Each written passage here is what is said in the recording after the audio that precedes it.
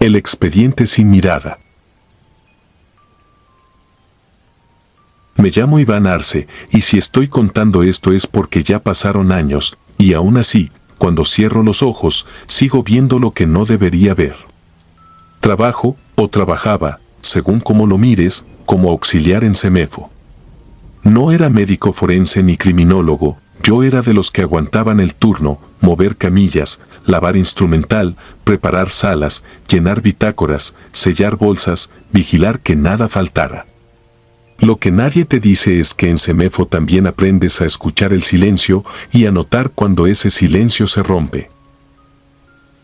Esto ocurrió en 2014 en una ciudad mediana del norte del país, de esas donde el calor se mete hasta en la ropa y la noche parece una tapa negra pegada al techo. Yo llevaba pocos meses. Todavía me sudaban las manos cuando me tocaba abrir una bolsa. Todavía tragaba saliva antes de entrar a la cámara fría. Me repetía lo mismo para no quebrarme, no es una persona, es un procedimiento. Y funcionaba hasta esa guardia. Era viernes. Los viernes siempre caen peor, más accidentes, más urgencias, más casos. Mi compañero de turno, Sergio, pidió salir temprano porque su esposa estaba en urgencias por contracciones. Me dejó solo con una palmada en el hombro y una frase que ahora odio: no pasa nada, nomás no te sugestiones. El jefe, el doctor Ochoa, también se fue porque había audiencia al amanecer y quería dormir. Me quedé yo, el velador y un edificio que, de noche, suena como si respirara. A las 2:17 de la mañana entró el reporte, un masculino joven, sin identificación confirmada, trasladado por una patrulla. No venía de hospital, venía directo. Eso siempre es mala señal. La bolsa llegó húmeda, como si la hubieran enjuagado a medias. Cuando la subimos a la camilla, el velador evitó mirarme. Yo pensé que era asco. No era asco. Abrí la bolsa en la sala de revisión, con la lámpara quirúrgica apuntando al rostro. Y ahí entendí por qué nadie quería hablar. Al muchacho le faltaban los ojos. No era una herida limpia, ni un golpe. Era como si se los hubieran sacado con las manos. Los bordes de las cuencas estaban desgarrados, todavía con sangre seca pegada en las pestañas. Tenía el gesto congelado de quien se queda sin aire. Mi primer impulso fue cerrar todo y salir. El segundo fue el protocolo. Revisé el sobre manila que venía con el cuerpo, fotografías, cadena de custodia, hora de hallazgo. Y una hoja extra, sin membrete, escrita a mano, como si alguien la hubiera suplicado a última hora. Si lo ven sin ojos, no lo juzguen. Él mismo lo hizo. Decía que así ya no los vería. No firmaba nadie. No había sello. Nada. Me quedé mirando la frase, sintiendo una presión rara detrás de la nuca, como cuando alguien se te para atrás. En Semefo uno se acostumbra a olores, pero no a esa sensación. Y esa noche, el aire se puso pesado, como si el cuarto se hubiera llenado de humedad sin razón. Encendí el extractor. No alivió. Continué. Medí, fotografié, asenté en la bitácora. La puerta de la sala se cerraba sola a veces por el cambio de presión, pero esa noche se cerró con un golpe seco, como si la empujaran. Me volví de inmediato. No había nadie. El velador, desde el pasillo, me gritó que todo estaba bien. Su voz sonó lejana, como si hablara desde una alberca. Regresé al rostro del muchacho. Y fue ahí donde noté un detalle que me heló: en el borde interno de cada cuenca, pegado a la carne, había pequeñas marcas de uña. No eran de un atacante cualquiera. Eran de alguien que mete los dedos y no se detiene. El estómago se me subió a la garganta. En mi cabeza quise creer una historia fácil: drogas, psicosis, crisis. Pero la hoja seguía ahí, gritándome lo contrario. Decía que así ya no los vería. ¿A quién? ¿Qué? A las 3:05 de la mañana, mientras preparaba material para cubrir y conservar el cuerpo, las luces parpadearon. Un parpadeo largo. Luego otro. Se fue la luz. Semefo no queda completamente oscuro nunca, en teoría. Hay emergencia, hay pasillos con señalización. Pero esa noche, por unos segundos, fue una oscuridad total, compacta, como si alguien hubiera apagado incluso el reflejo. Me quedé quieto, con las manos en alto, escuchando mi respiración. Los segundos se estiraron. Entonces oí algo que no pertenecía ahí, un arrastre, lento, pesado, como metal sobre mosaico. Venía del lado de la camilla. No moví los pies. No por valentía. Por miedo. Mi mente buscó explicaciones, el cuerpo se deslizó, la camilla se recorrió. Pero el sonido era demasiado parejo, demasiado intencional, como si algo, en la oscuridad, estuviera acomodando la mesa para ponerse de pie. Busqué mi celular a tientas. Se me cayó una vez. Cuando por fin encendí la linterna, la luz regresó de golpe, blanca y brutal. La lámpara quirúrgica se encendió sola y me dejó ver la sala como una fotografía maldita. El muchacho ya no estaba exactamente como lo dejé. La bolsa seguía abierta. La sábana estaba corrida. Y en una de las cuencas había algo húmedo, redondo, brillando bajo la lámpara. Un ojo. No era un ojo puesto. No era una prótesis. Era un ojo real, con la córnea opaca, como hervida, y una pequeña vena roja flotando. Estaba ahí, asentado como si siempre hubiera pertenecido a ese rostro. Lo peor fue que el otro lado seguía vacío, y ese contraste lo hacía más imposible. Me quedé sin aire. No grité. En Semefo aprendes que gritar no cambia nada. Lo único que hice fue retroceder hasta chocar con el gabinete metálico. El ojo, bajo la luz, parecía recién lavado. Y yo, sin pensarlo, hice lo que nunca debí, me acerqué un paso para comprobar si era una alucinación. El ojo se movió. No parpadeó. No miró como una persona. Fue un movimiento mínimo, como el de una canica rodando en un charco, pero lo suficiente para que yo sintiera que algo, desde dentro, me estaba encontrando la cara en la oscuridad de mi mente. Salí al pasillo y vomité. El velador se asomó, pálido. Me preguntó si estaba bien. Yo le dije que sí, porque decir no en ese lugar se siente como firmar algo. Esa madrugada no regresé a la sala solo. Arrastré una silla al marco de la puerta, dejé la puerta abierta, prendí todas las luces del pasillo y me senté ahí, sin apartar la vista de la camilla, hasta que amaneció. En el turno de la mañana, el doctor Ochoa entró, miró el cuerpo, revisó papeles y me dijo que el expediente venía incompleto, que la nota no debía estar ahí. La arrancó, la hizo bolita y la tiró al bote como quien se quita una mosca. Al mediodía llegó una mujer mayor, la abuela, llorando. No supe por qué me dejaron escuchar, pero lo escuché todo desde la puerta, como se escuchan las cosas que te van a perseguir. Dijo que su nieto llevaba meses diciendo que por las noches lo visitaban cosas. Que su mamá hacía trabajos, que invitaba mujeres, que encerraban velas en el cuarto del muchacho, que olía a humo dulce y a carne quemada. La señora pidió, suplicó, que lo cremaran antes de que llegara la madre. Que si la madre lo encontraba, lo iba a terminar. Nadie le hizo caso. Por ley, por trámite, por excusa. La abuela se fue dejando un rastro de lágrimas en el piso, como un camino.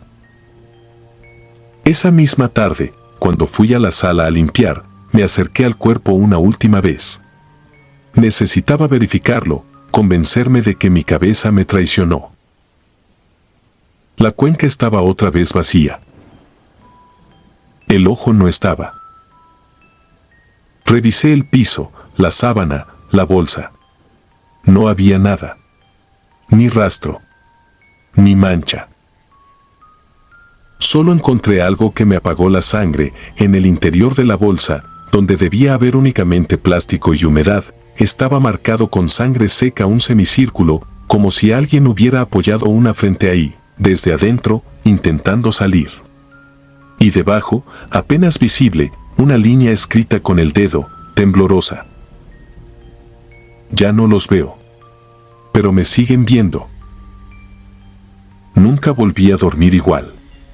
Seguí trabajando años, porque uno se acostumbra a lo peor, menos a ciertas cosas.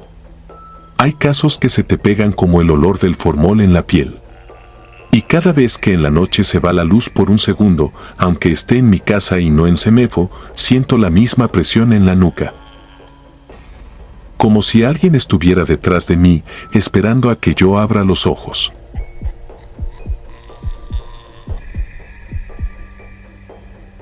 La ficha que no existía. Quiero contar esto sin nombres y sin lugares exactos, porque todavía hay gente viva que trabaja ahí, y porque a veces basta con escribir algo para que vuelva a olerse en tu memoria. No busco que me crean, de hecho, si yo leyera esto hace años, habría soltado una risa seca y habría dicho que es sugestión. Yo era así, cerrado, práctico, de los que creen que todo tiene una explicación si sabes dónde mirar. En 2016 me contrataron como técnico de preparación de cuerpos para una funeraria de prestigio, de esas con mármol brillante, café para los visitantes y arreglos florales que parecen escenografía. Por dentro, sin embargo, el edificio era otra cosa. Tenía un pasillo largo hacia el área de trabajo, focos fríos que parpadeaban con el mínimo bajón de luz y puertas metálicas que cerraban con un golpe seco, como si el lugar quisiera recordarte que ahí no estás para sentir. Éramos dos en el turno nocturno. Mi compañera llevaba más tiempo y sabía moverse en ese ambiente como si hubiera nacido ahí. La primera semana me lo dijo sin adornos: no es el trabajo lo que espanta, es el edificio. Me habló de ruidos en el pasillo cuando no había nadie, de murmullos en los baños vacíos, de algo que sonaba como si se arrastrara, lento, pesado, a ras del piso. Yo escuché con educación, pero por dentro pensé lo mismo que pensaba siempre: estrés, imaginación, un edificio viejo con tuberías viejas. Las noches se parecían entre sí. Llegaban traslados del hospital, del Semefo o de casas. Había trámites, firmas, bolsa negra, camilla, frío, etiquetas. El trabajo te obliga a mirar el cuerpo como una tarea: preparar, limpiar, suturar, maquillar, entregar. Y aún así, hay momentos en los que el silencio pesa demasiado, como si te estuviera midiendo. Una tarde me llamaron en mi día de descanso. Había mucho movimiento, velorio grande, familiares que iban y venían, y además 2 ingresos nuevos que no podían esperar. Yo acepté porque necesitaba el dinero y porque todavía tenía esa arrogancia de creerme fuerte por aguantar. Llegué cerca de las 9. La entrada estaba llena, como si el lugar respirara con demasiadas personas adentro. Olía a cera, a flores frescas y al desinfectante con el que intentan tapar todo lo demás. En una banca, cerca de la puerta principal, vi a una joven. No estaba llorando. No hablaba con nadie. Tenía esa serenidad rara de alguien que no se mueve aunque alrededor haya ruido. Me miró y sonrió, una sonrisa pequeña, casi amable. Yo, por reflejo, le devolví el gesto. Seguí caminando. Entré al baño a lavarme las manos. Fue automático, una manía antes de tocar cualquier cosa. Mientras me enjabonaba, escuché un golpecito tenue, como si alguien tocara con la uña sobre azulejo. Me quedé quieto, con las manos llenas de espuma. El sonido se repitió, despacio. Miré las puertas de los cubículos, todas cerradas. Abrí una por una. Vacías. Cuando salí, la volví a ver.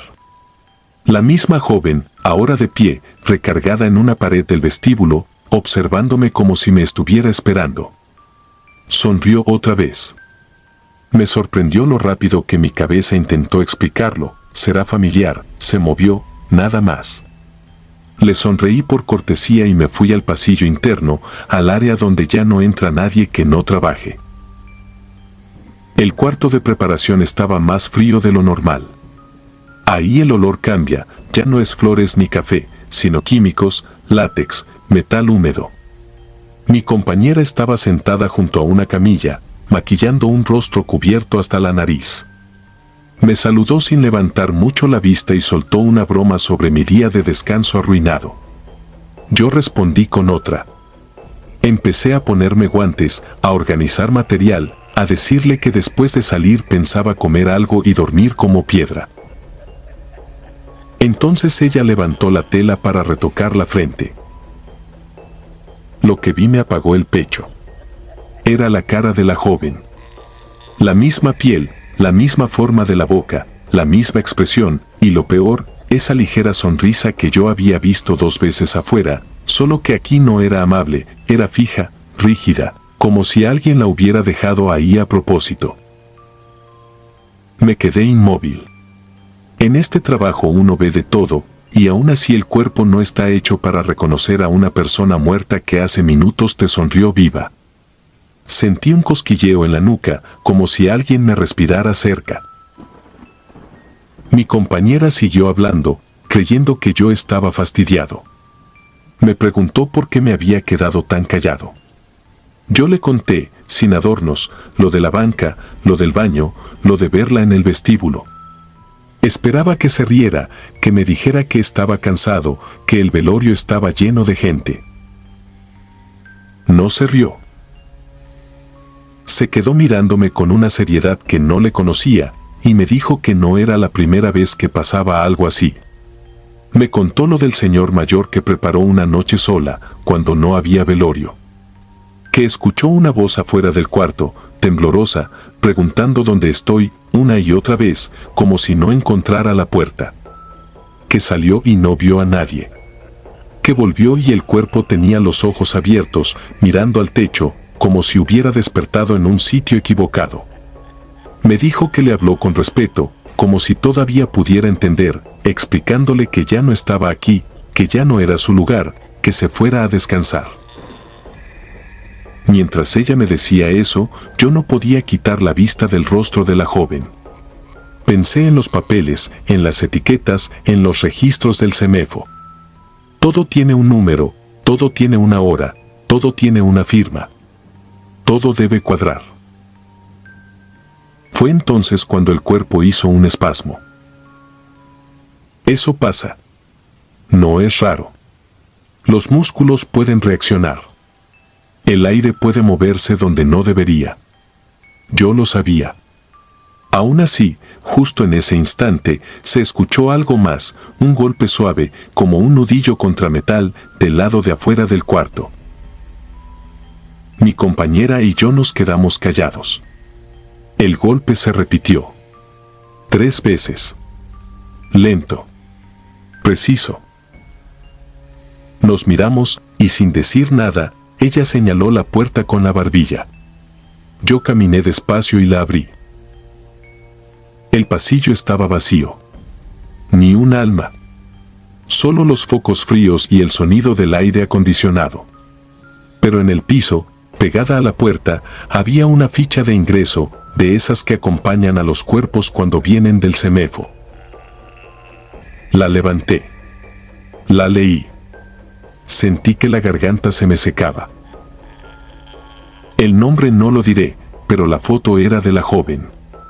La fecha de ingreso era la de esa noche. La hora marcaba 9:17. Exactamente el tiempo en que yo la vi en la banca. Me fui directo a la oficina a revisar el libro de entradas. No estaba registrada. Busqué en los papeles del turno. Nada. Volví a leer la ficha. Tenía firma, sello, número de expediente. Lo más horrible no fue que apareciera una ficha sin registro. Lo más horrible fue que, donde debía decir causa de muerte, solo decía, extraviada. Esa palabra no se usa así. No en un documento oficial. No en un cadáver. Regresé al cuarto con la ficha en la mano. Mi compañera me vio la cara y supo que algo estaba mal. Me acerqué a la camilla para comparar la foto con el rostro real, buscando un detalle que me salvara, una diferencia, una prueba de que mi mente estaba jugando conmigo. Y vi que el maquillaje estaba perfecto, demasiado perfecto.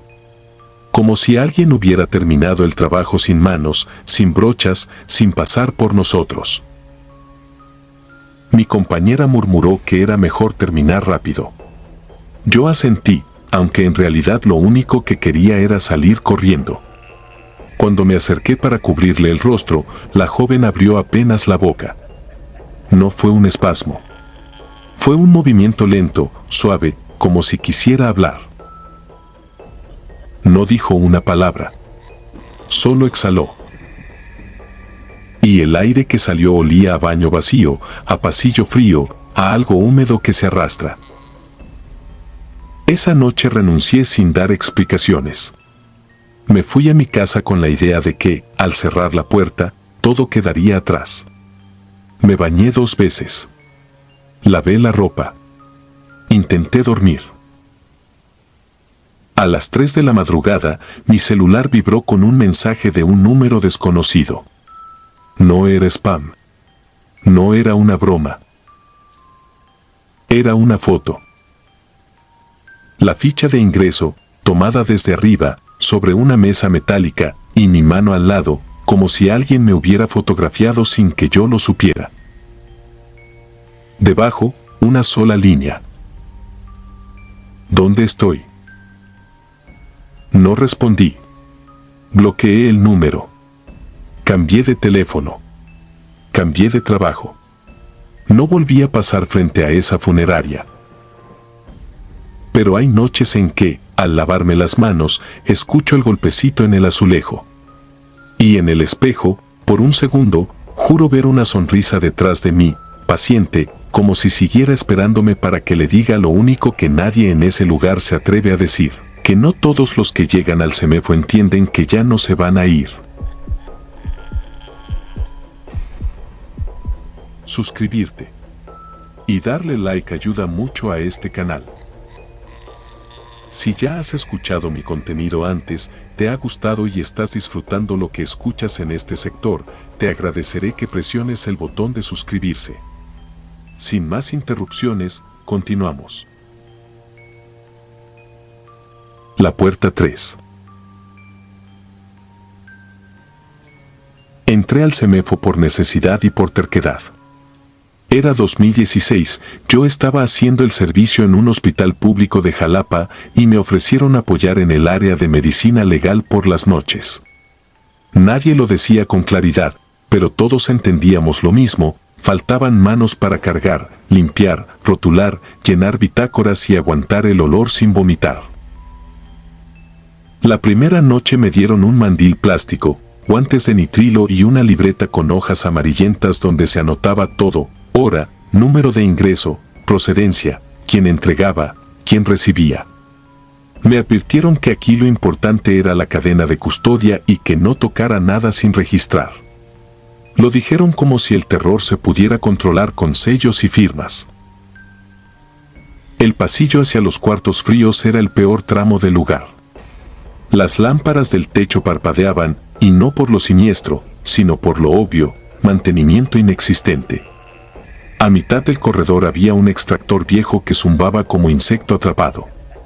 En el aire flotaba una mezcla de cloro, sangre seca y ese frío metálico que se te pega en las encías. Yo era escéptico. Lo sigo siendo en casi todo. Por eso, cuando el camillero más antiguo me dijo que en la madrugada pasan cosas, pensé que era la forma barata de asustar al nuevo. No le di importancia, hasta que me tocó ir solo. Eran cerca de las 2. El médico de guardia revisaba papeles en su oficina y me pidió que confirmara cuántos cuerpos había en refrigeración.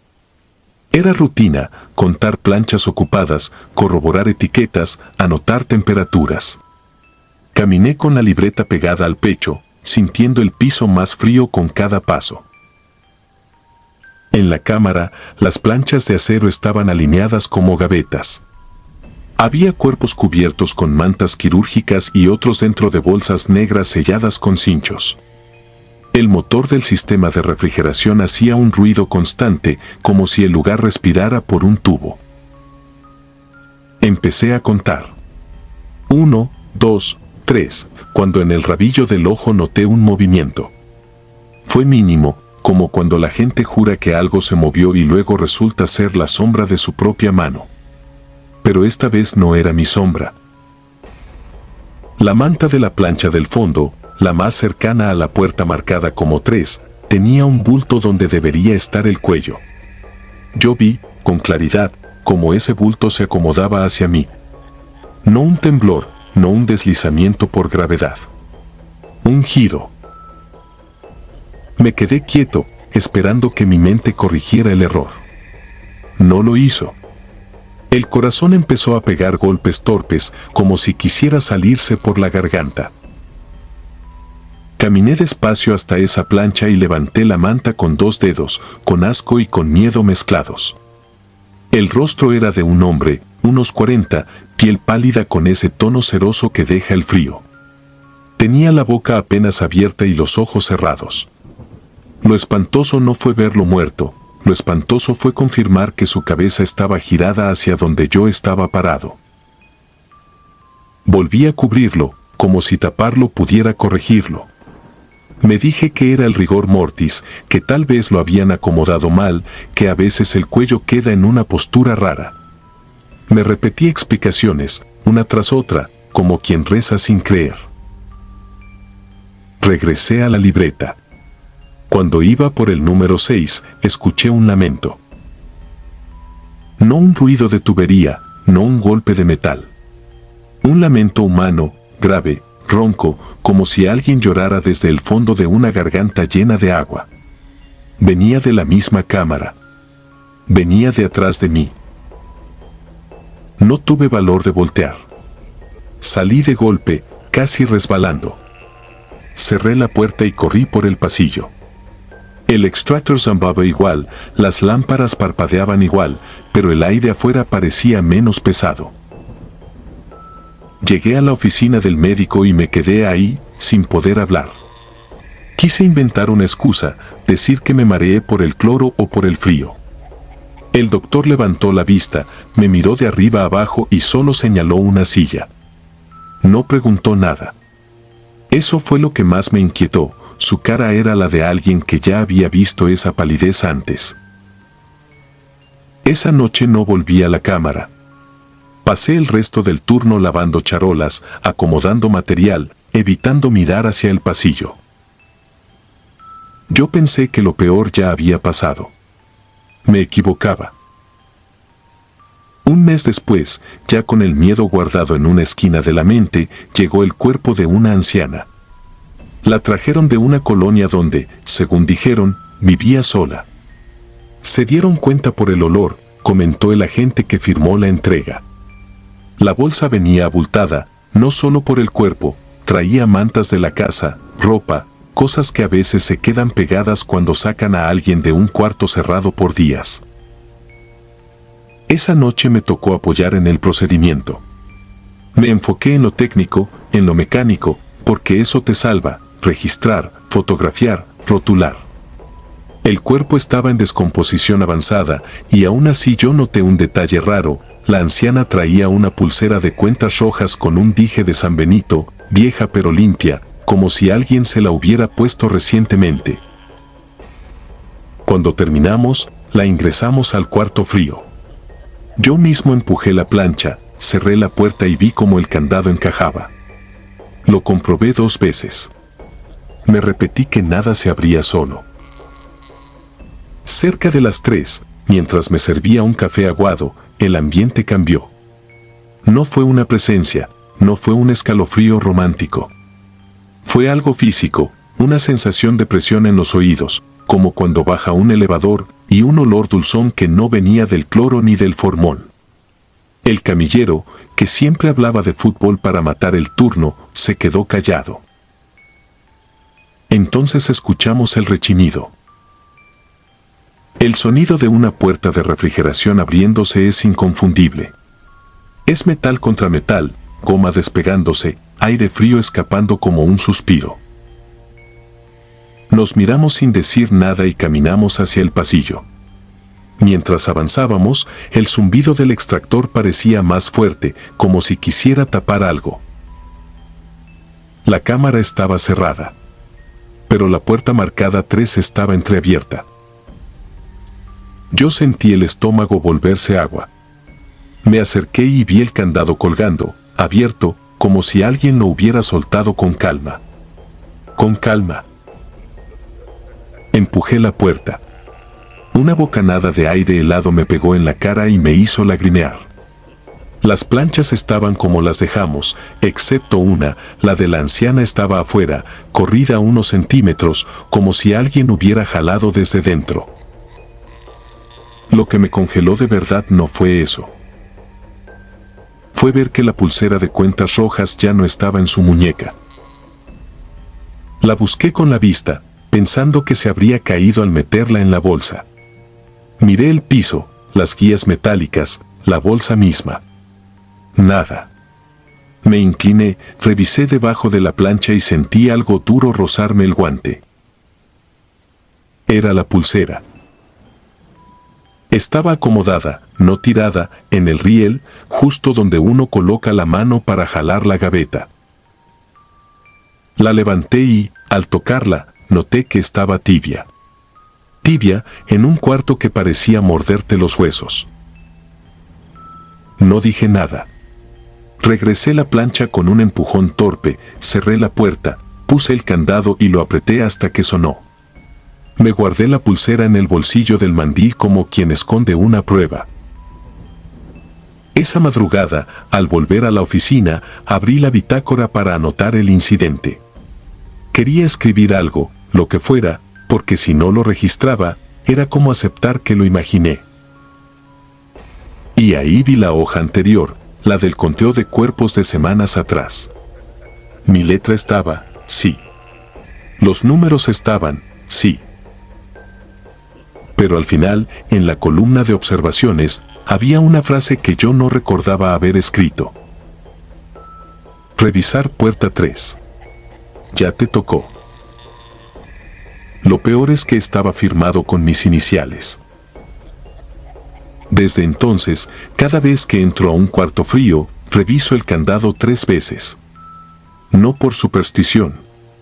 Porque aprendí algo en ese lugar, hay cosas que no buscan asustarte.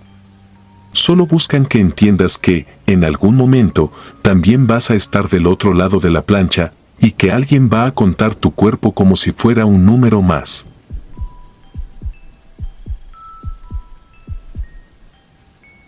Los dientes del turno nocturno.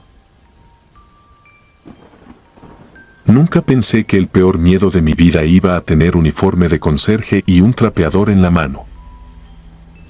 A mí me contrataron en 2016 en un CEMEFO pequeño del norte de México, pegado a una carretera donde siempre había accidentes y siempre había prisa. En el papel yo era técnica en preparación, pero en la realidad era la que lavaba, suturaba, maquillaba, rellenaba, vestía y dejaba presentable lo que la gente quería recordar sin trauma. Aprendí rápido a trabajar sin levantar la vista, a respirar por la boca cuando el formol se mezclaba con la humedad, a no pensar demasiado en las uñas moradas o en la piel que se rompía como papel mojado si jalabas de más. Éramos pocos. Éramos nada. 2 por turno cuando había suerte. Y cuando no, yo me quedaba sola con el velador, un hombre callado que hacía rondines y que, por regla, no debía entrar al área de preparación. A nadie le gustaba ese edificio, ni de día. De noche, el pasillo se volvía una garganta larga, con focos fríos y puertas que parecían aguantar la respiración. El conserje de siempre se llamaba Eusebio. Era mayor, mexicano, de los que hacen chistes malos para que no te derrumbes. Se jubiló por diabetes y, el día que se despidió, me dijo algo que en ese momento me pareció una frase de abuelo, una de esas para cerrar ciclos. Aquí lo único que no descansa es la gente viva, hija. Lo abracé y pensé que ya. Una semana después llegó el reemplazo, Mateo, 50 y tantos, delgado, ojos hundidos, la piel pálida como si nunca le pegara el sol. No era grosero, pero tampoco era humano en su manera de estar. Se movía despacio, como si estuviera midiendo el espacio. Casi no hablaba. A veces me lo topaba en el pasillo y no decía buenas noches, ni permiso, ni nada. Solo giraba la cabeza, miraba, seguía. Lo primero raro no fue paranormal. Fue peor, porque fue real. Un lunes por la mañana, el jefe del turno diurno me llamó a la oficina. Tenía esa cara que se les pone cuando ya saben que va a caer una bronca encima, pero todavía no saben en qué parte exacta va a doler. La familia del muchacho de anoche dice que algo no cuadra, me dijo, sin levantar la voz. Yo supe de cuál hablaba. Un chico de 19, fallecido por enfermedad, sin heridas, sin golpes. Yo lo había preparado con calma, porque en esos casos la familia mira cada detalle. Me acerqué al expediente y vi que el padre había pedido que lo vistieran con tenis, sus favoritos. ¿Qué no cuadra?, pregunté. Cuando le quitaron los zapatos, le faltaban dedos. Sentí un vacío en el estómago, una caída corta pero fea, como cuando el elevador se detiene de golpe. Yo me fui directo al área de velación, sin pensar. El cuerpo estaba ahí, acomodado, como si nada. Pedí que me dejaran verlo. Cuando levanté la sábana y me acerqué a los pies, me temblaron las manos. 3 dedos menos. No había un corte limpio, no había sutura, no había rastro de sierra ni de bisturí. Era una ausencia arrancada. La piel tenía bordes irregulares, como si algo la hubiera jalado con furia. Se notaba el tejido desgarrado, la humedad oscura que no debería verse si alguien hizo un trabajo. La madre lloraba sin sonido, el padre no lloraba, respiraba por la nariz como toro, con los ojos fijos en mí. Yo intenté explicar, pero ¿qué explicas cuando ni tú entiendes? Por primera vez en años, quise vomitar frente a un muerto. La denuncia cayó. No pudieron probar quién lo hizo. No había cámaras en el cuarto de preparación, solo en pasillos. El jefe, con el miedo metido en el cuerpo por demandas y clausuras, ordenó instalar una cámara oculta dentro del cuarto. No le avisó a nadie. A mí tampoco. Lo supe después. Las 2 semanas siguientes trabajé con una paranoia silenciosa. Recontaba instrumentos, revisaba charolas, cerraba con llave, anotaba hora de salida, anotaba hora de entrada. Hasta me quedaba mirando los pies de los cuerpos más de lo normal, como si anticipara una falta. Cada vez que Mateo pasaba con su carrito de limpieza, me quedaba una sensación fea, como cuando sientes que alguien te mira aunque estés de espaldas. Una noche de viernes me tocó quedarme sola hasta tarde. Entró una mujer mayor, sin familia, posible no reclamación, de esas que llegan con pocas pertenencias y un expediente lleno de vacíos. El cuerpo venía frío y pesado, con esa rigidez que te obliga a trabajar con paciencia. Terminé casi a las 2 de la madrugada. Me lavé las manos más tiempo del necesario. Guardé todo. Apagué la luz del cuarto, cerré con llave. Crucé el pasillo y vi a Mateo trapeando, lento, en círculos, como si estuviera borrando algo. Ya me voy, le dije, solo por cortesía. No respondió. Ni volteó.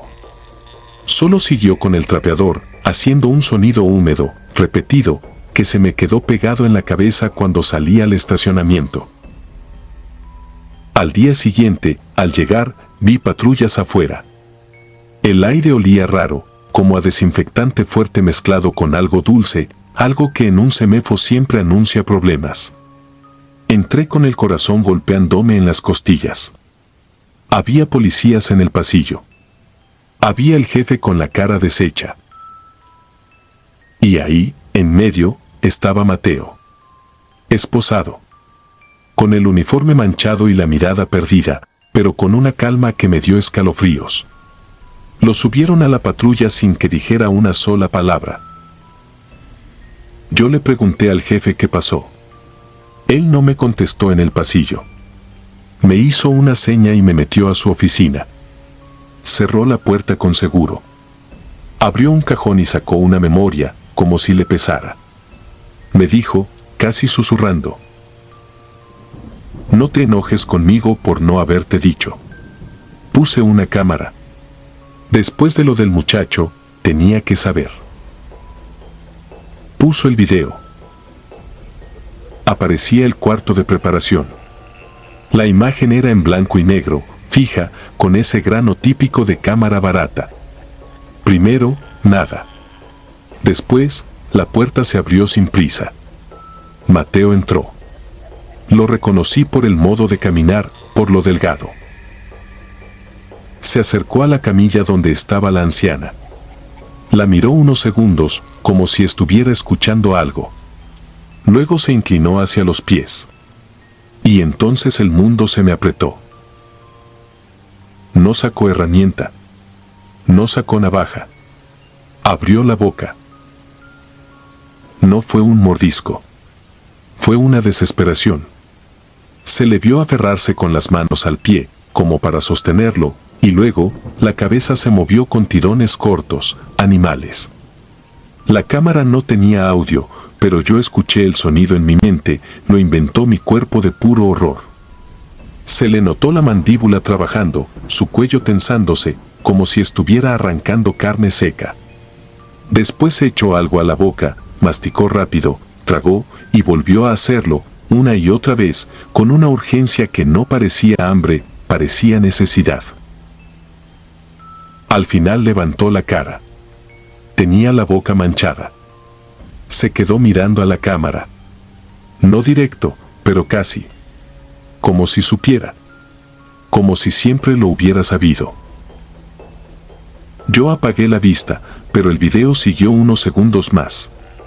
Antes de salir del cuarto, Mateo se acercó al lavabo, se enjuagó las manos con agua fría y, con una tranquilidad imposible, se limpió la boca con el dorso de la mano. Luego tomó el trapeador y regresó al pasillo, como si nada. Me quedé sin aire. Sentí que mis uñas se hundían en la silla. Lo único que pude decir fue: ¿por qué? El jefe tragó saliva. La policía dice que ya lo habían tenido fichado en otros estados. Que buscaba lugares sin cámaras, con turnos pesados, con cuerpos sin familia. Que no era la primera vez. Me miró con los ojos rojos. Y lo peor es que en la revisión de su mochila encontraron una bolsita con dientes humanos. Dientes. No dedos. Yo pensé en el muchacho. Pensé en los pies. Pensé en la anciana. Y pensé en cuántos cuerpos no reclamados habían pasado por manos ajenas sin que nadie se diera cuenta. En cuántas familias habían cerrado un ataúd creyendo que lo peor ya había pasado. Renuncié esa misma semana. No porque creyera en fantasmas. No porque escuchara voces en los pasillos. Renuncié porque entendí algo que todavía hoy me despierta a medianoche, que el horror más puro no flota, no atraviesa paredes, no se aparece en espejos. El horror más puro barre el piso, pide el turno de noche y se aprende tu rutina. Y cuando apagas la luz y cierras con llave, se queda adentro, esperando a que te vayas, con la boca abierta como si fuera una herramienta más del inventario. Desde entonces, cada vez que veo unos tenis nuevos en una vitrina, pienso en ese padre, en ese instante, en el silencio que cayó cuando le quitaron los zapatos a su hijo. Y me acuerdo de la frase de Eusebio, como una sentencia. Aquí lo único que no descansa, es la gente viva. Si disfrutas de los relatos, te invitamos a apoyarnos con un like y un comentario, ya que eso nos ayuda muchísimo. Además, si aún no estás suscrito o suscrita, te animamos a formar parte de la comunidad del terror. Muchas gracias por escucharnos y por tu apoyo.